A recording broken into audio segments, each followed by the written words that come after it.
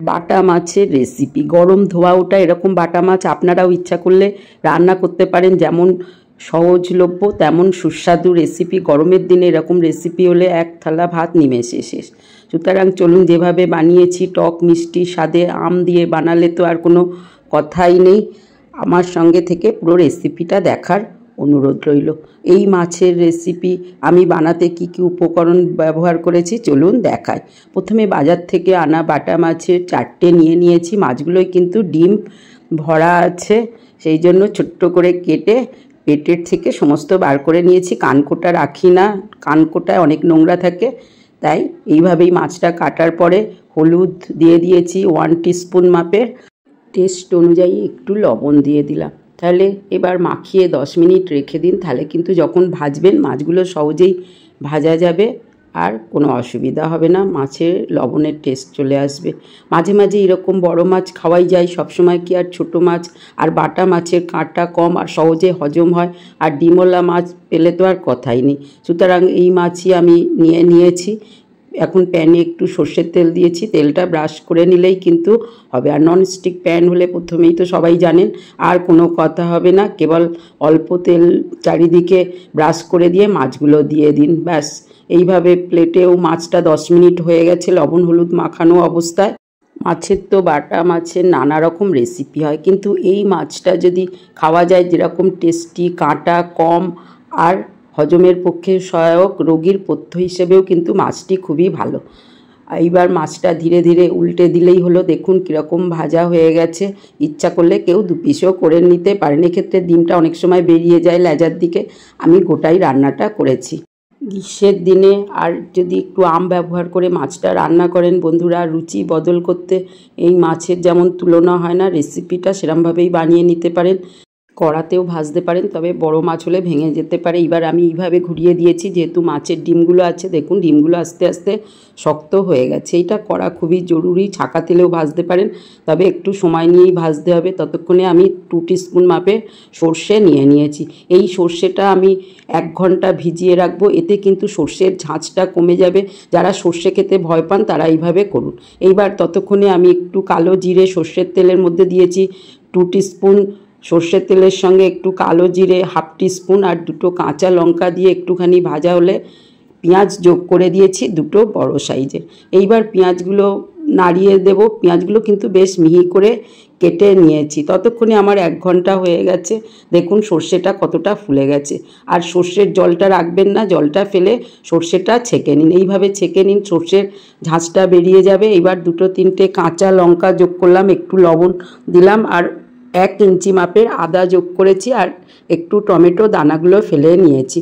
এইবার চাপা দিয়ে একটা পেস্ট রেডি করে নিলাম, ব্যাস তৈরি আমার মশলাটা। ততক্ষণে পেঁয়াজ ভাজাটাও কমপ্লিট হয়ে গেছে। বেশ এইভাবে পেঁয়াজটা যখন ভাজা হয়ে যাবে, মশলা অর্থাৎ সর্ষে বাটাটা যোগ করে দিন। সর্ষে দিয়ে রান্না করতে বেশিক্ষণ সময় লাগে না। এবার জলটা দিয়ে দিন, যে পরিমাণে গ্রেভি রাখবেন সেইভাবে। আমি অল্পই জল দিয়েছি মাখা মাখা করার জন্য। ততক্ষণে এইবার ফুটতে আরম্ভ করবে। তার আগে একটা আম নিয়েছি, আমটা ছাড়িয়ে নেব। গরমকালে লু লাগা থেকে বাঁচতে বেশি বেশি করে কাঁচা আম খান। ঝালে ঝোলে অম্বলে ডালে সব কিছুতে আমের তুলনা মেলাভার। সুতরাং এইবার আমটা কেটে রেডি করে নিন। এইভাবে খোলাটা ছাড়িয়ে নিলাম সমস্ত আমের। যাই হোক, আমের খোলা ছাড়ানো তো মোটামুটি কমপ্লিট হয়ে গেছে। আমটা এরকম বড় হলে কিন্তু টকটা একটু কম হয়। আমার এই আমটা একটুখানি ছাড়িয়ে নিয়েছি, বেশ কত সুন্দর হয়ে গেছে দেখেছেন। এবার আমটা কিছুটা কেটে ডালে দেব, কিছুটা আমি মাছের তরকারিতে ব্যবহার করব। এইবার কেটে নিয়েছি, লম্বা লম্বা করে পিস করে নেব রান্নার জন্য। এইরকমভাবে লম্বা করে কেটে নিন। আপনারা ইচ্ছা করলে ছোট করেও কাটতে পারেন, পাতলা করে কাটতে পারেন। এরকম লম্বা করে কেটে রেখে দিলাম। কিছুটা আমি কাঁচা খাওয়ার জন্য এইভাবে রেখেছি। এইবার গ্রেভিটার মধ্যে লবণ হলুদ 1 টিস্পুন, লঙ্কা গুঁড়ো 1 টিস্পুন যোগ করে দিলাম। দিয়ে এবার আস্তে করে মিশিয়ে দেব সমস্ত মশলাটা। এইবার একটু ফোটা পর্যন্ত অপেক্ষা করতে করতে কিন্তু ফুটে গেছে। এখন কাঁচা আমগুলো এবার যোগ করে দেব।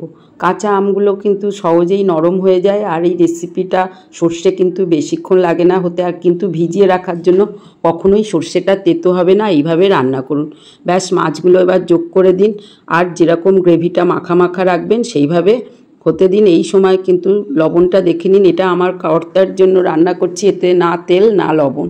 যাই হোক, এইবার এইভাবে মাছটা ফোটা পর্যন্ত অপেক্ষা করব। ধীরে ধীরে আস্তে করে ফুটতে ফুটতে কিন্তু হয়ে যাবে ক্রমে। মাছের কারি টেস্ট অনুযায়ী আরেকটু লবণ লাগবে, সেটাই যোগ করে দিলাম। ভালো করে মিশিয়ে নিন, আমটা গলে যাওয়া পর্যন্ত একটু অপেক্ষা করুন। আর গা মাখা মাখা করে নাবিয়ে নিন। শুকনো লঙ্কা দিতে পারেন, আমি ব্যবহার করিনি, কাঁচা লঙ্কাই যোগ করলাম। ব্যাস বন্ধুরা, গা মাখা মাছের কারিটা রেডি।